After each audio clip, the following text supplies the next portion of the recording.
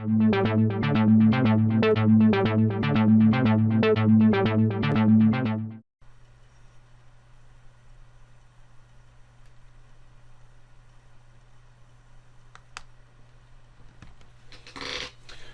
to week 6 of the course on sustainable development. Our last session examined the growing field of industrial ecology, one of the evolving areas of sustainability science. Indeed, as we learned last week, industrial ecology is sometimes referred to as the science of sustainability. This presentation will center on ecological design, or what we can consider to be applied sustainability science, or the practice of sustainability science. In particular, we will take up the work of Bill McDonough, a prominent American architect, and his collaborator, Michael Braungart, a renowned German green chemist. My commentary for this week's session is really meant to provide a cursory introduction and overview of the McDonough and Braungart book, Cradle to Cradle. I have also posted to the website various lectures that Bill McDonough has delivered over the last few years so that you can listen to him speak directly to the issues raised in this book. Let us start by posing the following question, namely, what is design? This may seem a peculiar point to raise because in the United States we tend to have a truncated and partial understanding of design, and the notion of design is poorly embraced in both academic discussions and in many fields of industrial practice. Few American firms are recognized for innovative or excellent product design. We generally tend to think of different European countries as having much higher capacity to engage in the creative arts of inventive design. Curiously, many people in this country who devote their lives to design, especially engineers and technologists of various types, rarely consider or conceive of themselves as designers in the true, elaborate sense of the term. An interesting exception is the field of computer software, where the professional description of being a designer is actively embraced. In general, Americans tend, for better or for worse, to have rather low expectations of the positive benefits of design, and we tend to think of people who are designers as artful personalities working in the semi-superficial fields of fashion design and interior design, rather than technologists in their own right. It is the odd engineer or architect who sees him or herself as a facilitator of innovation. So then, what is design?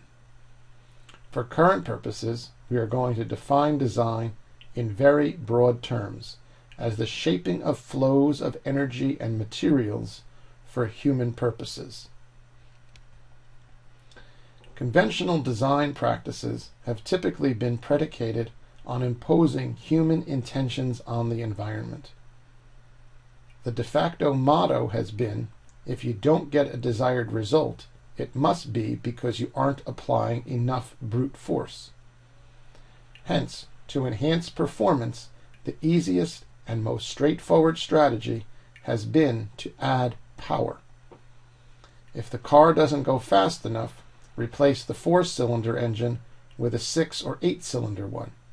If there is traffic on the highway, add another lane. If the air conditioner doesn't cool the house, increase the unit's cooling capacity. Given the prevailing philosophy, how do design decisions typically get made across the broad range of American society? What are the parameters in which design is carried out, and how do they shape the eventual technological artifacts that emerge at the end of the process?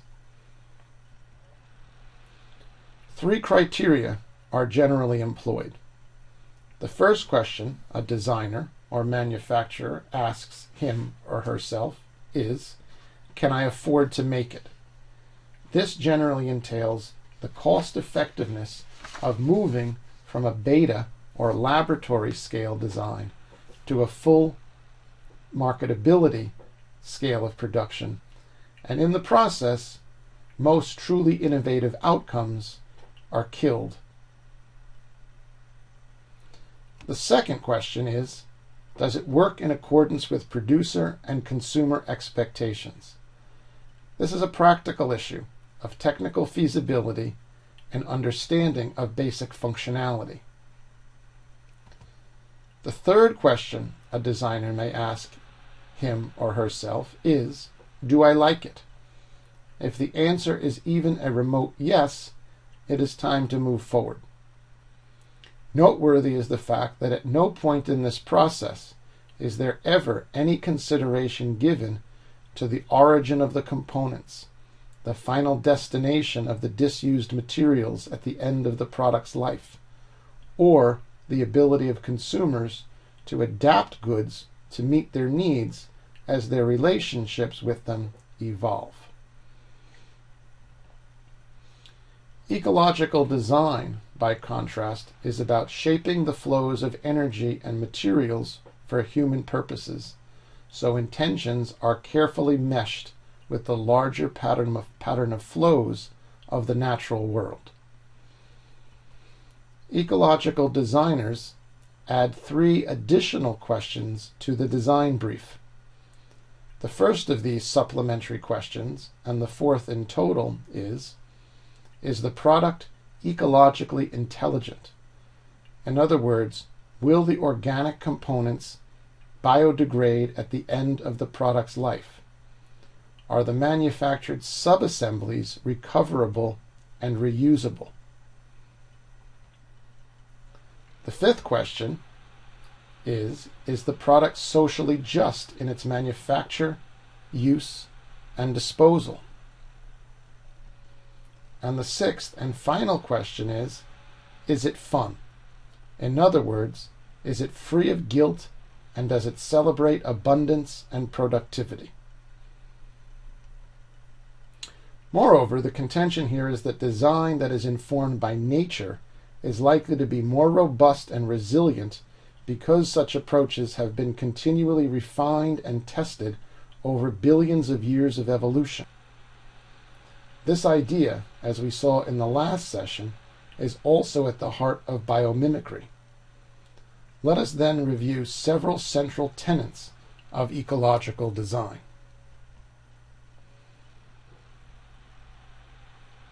First, ecological designers subscribe to the concept that waste equals food.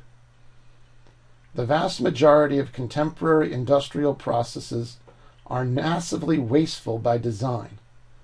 Like industrial ecologists, ecological designers pose the question, where is the waste in natural processes? Why can't we develop human production systems in accordance with the same model? Let us take the case of an ecologically healthy pond or a small lake. Where is the waste? Of course, there is none. The byproducts of one species become the food for other species, and the ecology of the body of water can be characterized as a closed loop. Sunlight and a replenishment of water from upstream sources are the only inputs. As long as the pond is free of outside shocks, it will maintain its own dynamic equilibrium that ensures the perpetuation of life. It is instructive to look at a couple of industrial processes to get an appreciation for the scale of the waste that currently occurs. In the case of pulp and paper processing, only 20 to 25% of the cellulose recoverable from the harvested trees is used for making pulp and paper. The vast majority is discarded as waste simply because it is cheaper and easier to use inefficient harvesting practices. Trees are clear-cut, and those that are too small to be economically useful are simply left to rot. In another example, automotive engineers use the concept of tank to wheels to measure the efficiency of an automobile's propulsion system, The idea is to measure the amount of energy loss that is incurred in moving fuel from the gas tank to the wheels of the car. At various stages of the process, combustion, running the vehicle's idling capacity, powering the drivetrain, energy is inevitably lost due to heat and friction. In fact, less than 15% of the energetic potential of the fuel that you put into your gas tank is actually used to move the vehicle down the road or to power its accessories like its air conditioning. This wastage is not somehow attributable to the laws of physics. It is rather much cheaper to build inefficient cars, and as long as gasoline was relatively cheap, this seemed like a good deal for both manufacturers and car drivers. If we account for the energy loss due to roadway friction, which to a certain degree is a good thing because it keeps your car on the road, and wind resistance, which is much less beneficial, the amount falls to less than 6%. In other words, 94 of every 100 gallons of gasoline is lost through various sources of mechanical inefficiency, many of them entirely unnecessary from the standpoint of effective and responsible engineering. If we ran the calculation on a more extensive segment of the fuel supply chain, say from the wellhead to the car's wheels, what is called well-to-wheels efficiency, as opposed to tank-to-wheels efficiency, we would find that the amount of wastage is even greater. So when designers talk about waste equals food, they are describing a system of production and consumption that in its ideal form generates zero pollution, utilizes zero waste, zero raw materials, and expends zero energy, with the exception of solar energy. Second, there is a critical contradiction in our contemporary system of economic organization. Producers aim to turn products over quickly in order to boost sales and to enhance revenue, while consumers, at least ostensibly, want products to last for a long time so as to avoid the expense of replacement. It is useful in this context to recall the words of retail analyst Victor Lebeau, who was quoted in the story of Stuff and is remembered to this day for his clear-eyed insight. Our enormously productive economy demands that we make consumption our way of life, and that we convert buying and use of goods into rituals, that we seek our spiritual satisfaction, our ego satisfaction in consumption. We need things consumed, burned up, replaced, and discarded at an ever-accelerating rate. As Lebeau effectively articulated, it was necessary to resolve this dilemma during the early days of mass consumerism, an era that began to take hold in a major way in the United States during the 1950s. Beginning then, and continuing to the present day, producers have successfully learned how to convince consumers to believe that the products that they purchase are subject to fashion considerations and need to be discarded before the end of their functionally useful lives. The term that is used to describe this phenomenon is premature or built-in obsolescence. In other words, products have predetermined expiration dates built into them, in some cases well in advance of the point at which they actually begin to break down. They are considered to lose their utility and value because they lack the novelty of newer replacements. People have, for instance, been ditching their customary televisions in droves over the past several years in favor of new high definition or digital models, not because the older sets failed to work, but because they became outmoded by newfangled alternatives. It should be no secret that through the persuasive power of advertising and modern marketing, through the use of celebrities and the selling of youthfulness, major consumer products companies have powerful expertise to convince consumers to cast out their cars, computers, cell phones, clothing, and so forth, simply because they lack a sense of contemporary fashionability.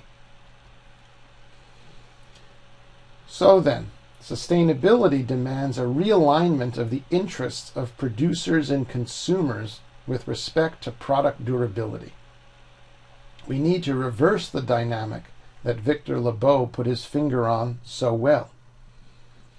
The customary business model, where firms are geared to push as much product through the pipeline as possible, and to incessantly try to convince consumers to buy still more, falls into the annals of history as we move into an era of sustainability. One way in which this new business model is being actualized is by shifting business attention away from marketing and selling goods to providing and selling services.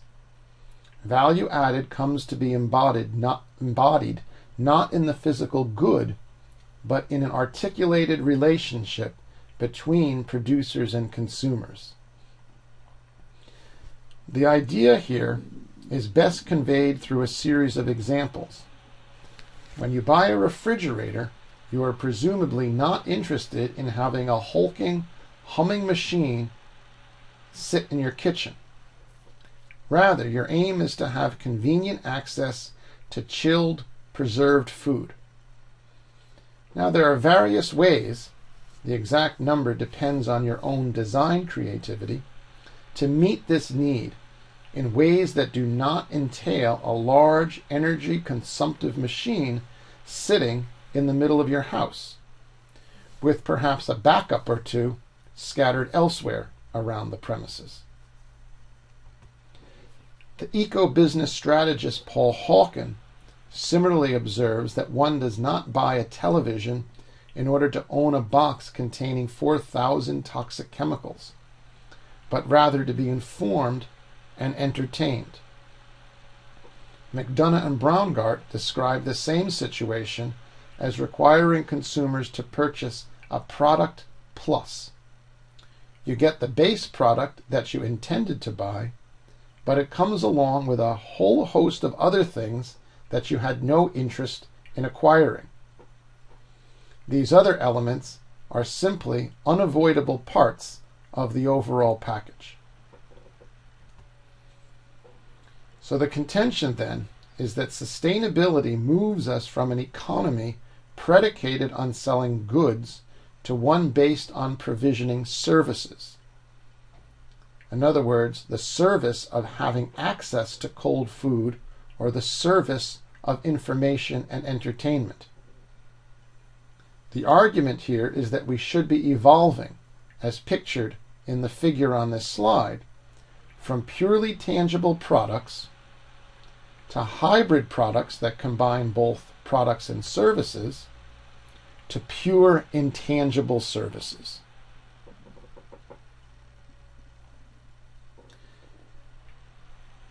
This would seem to be an important step in transitioning away from an economy based on the ownership of goods toward an economy based on the flow of services.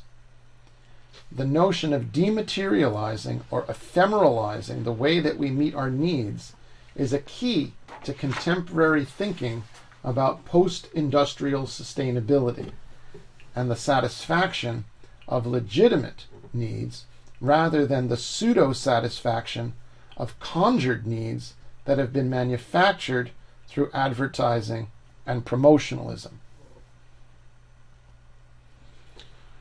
From a practical standpoint, then, automobile companies need, as a first step, to conceive of themselves as being in the business of providing their customers with mobility services rather than simply selling cars.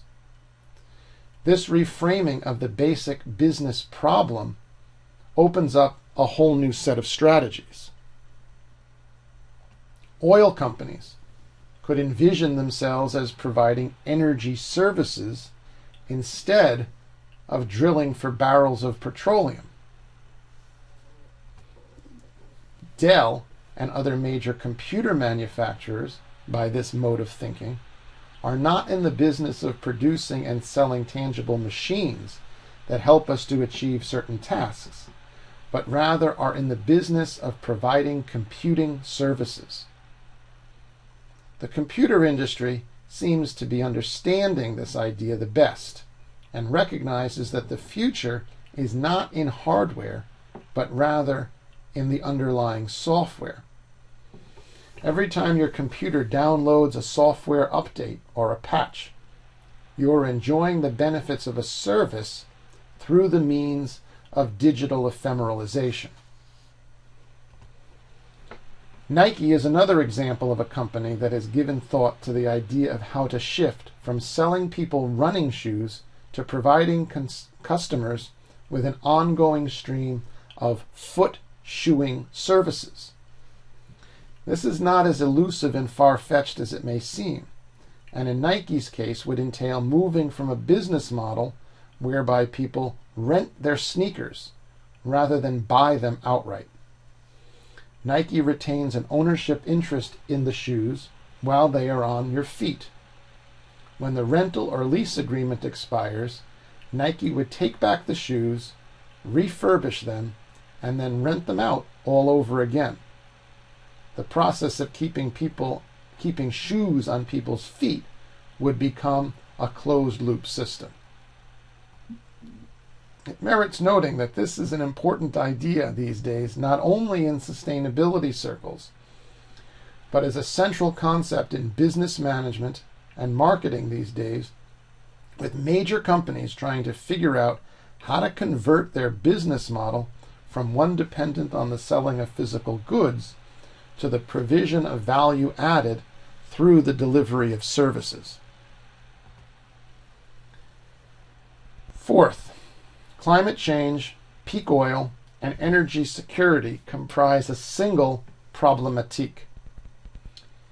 Ecological design provides strategies for achieving these interrelated objectives by fostering decarbonization.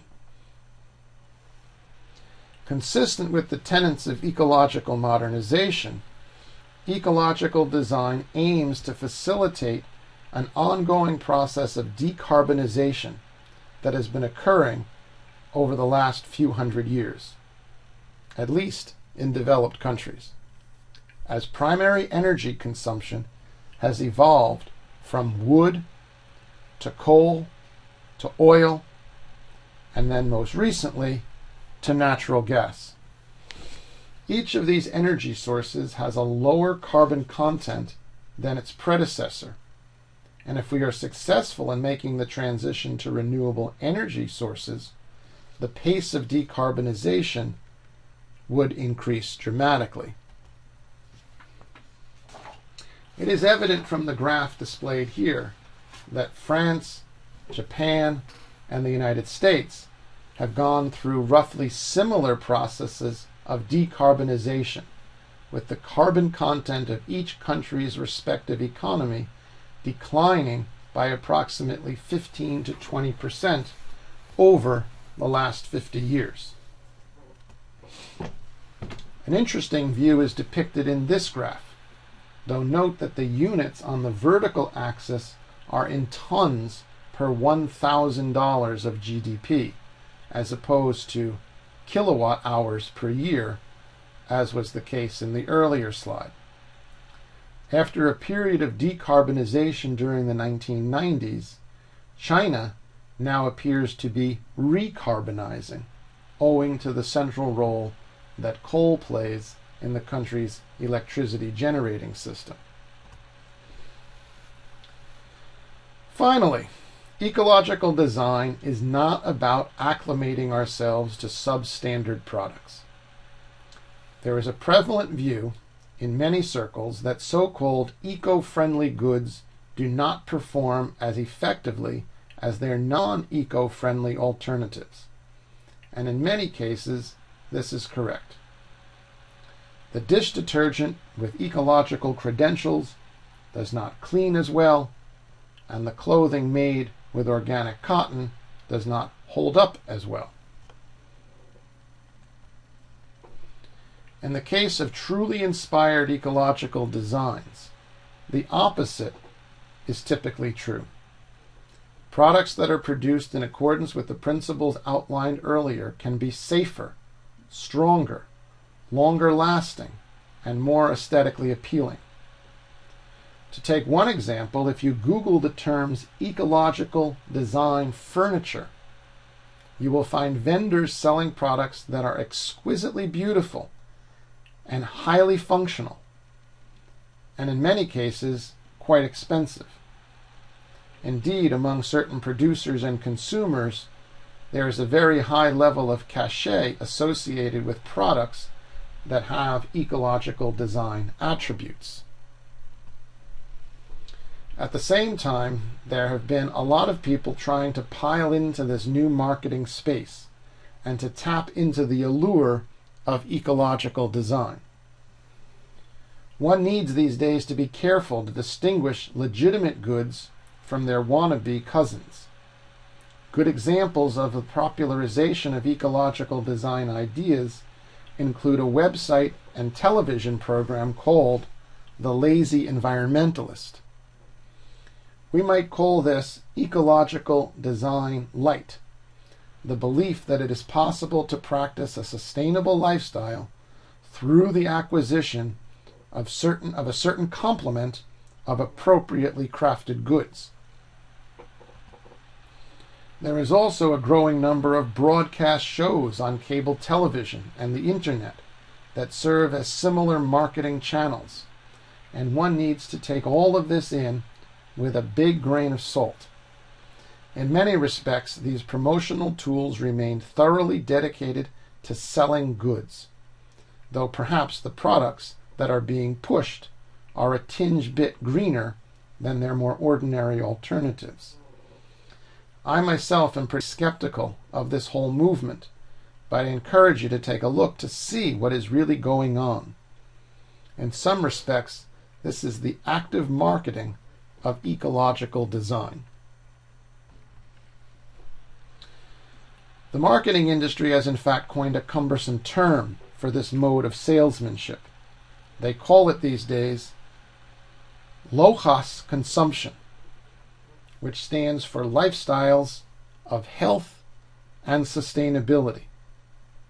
It's a nice idea, but it has gotten appropriated for the purpose of selling stuff. Like anything, one needs to be careful to separate the legitimate wheat from the disreputable chaff. Turning back to more upright and reliable issues, I strongly recommend two books on the philosophical dimensions of ecological design. The first is entitled Ecological Design by Sim van der Ijn and Stuart Cowan, which is a classic in the field, and David Orr's The Nature of Design. Both are still in print and readily available through the usual channels. Also, on the more positive side of things, let me also highlight here a couple of useful resources for anyone who might have an abiding interest in the field of ecological design. A truly excellent and inspiring video is called Ecological Design: Inventing the Future, that I have long used in face-to-face courses when discussing this general subject. The film traces the history of ecological design, highlights the seminal thinking of Buckminster Fuller, its titular founder, and provides a series of vignettes of pioneering projects implemented during the 1980s and 1990s. The film itself was produced in 1994, so it is getting a bit dated.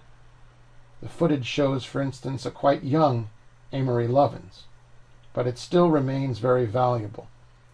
The video also has an accompanying book called Design Outlaws on the Ecological Frontier that is equally excellent. Let me now turn my attention specifically to the work of Bill McDonough and Michael Braungart and their book Cradle to Cradle.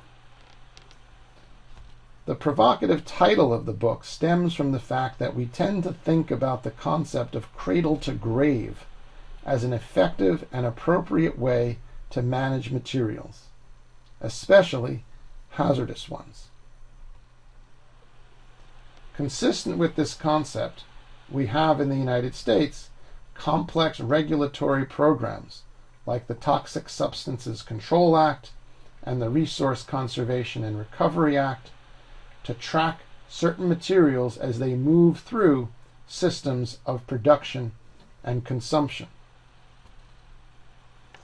The objective of this legislation, consistent with the idea of mass balance, is that the volume of material being sent to its grave should be equal to the amount generated in its cradle.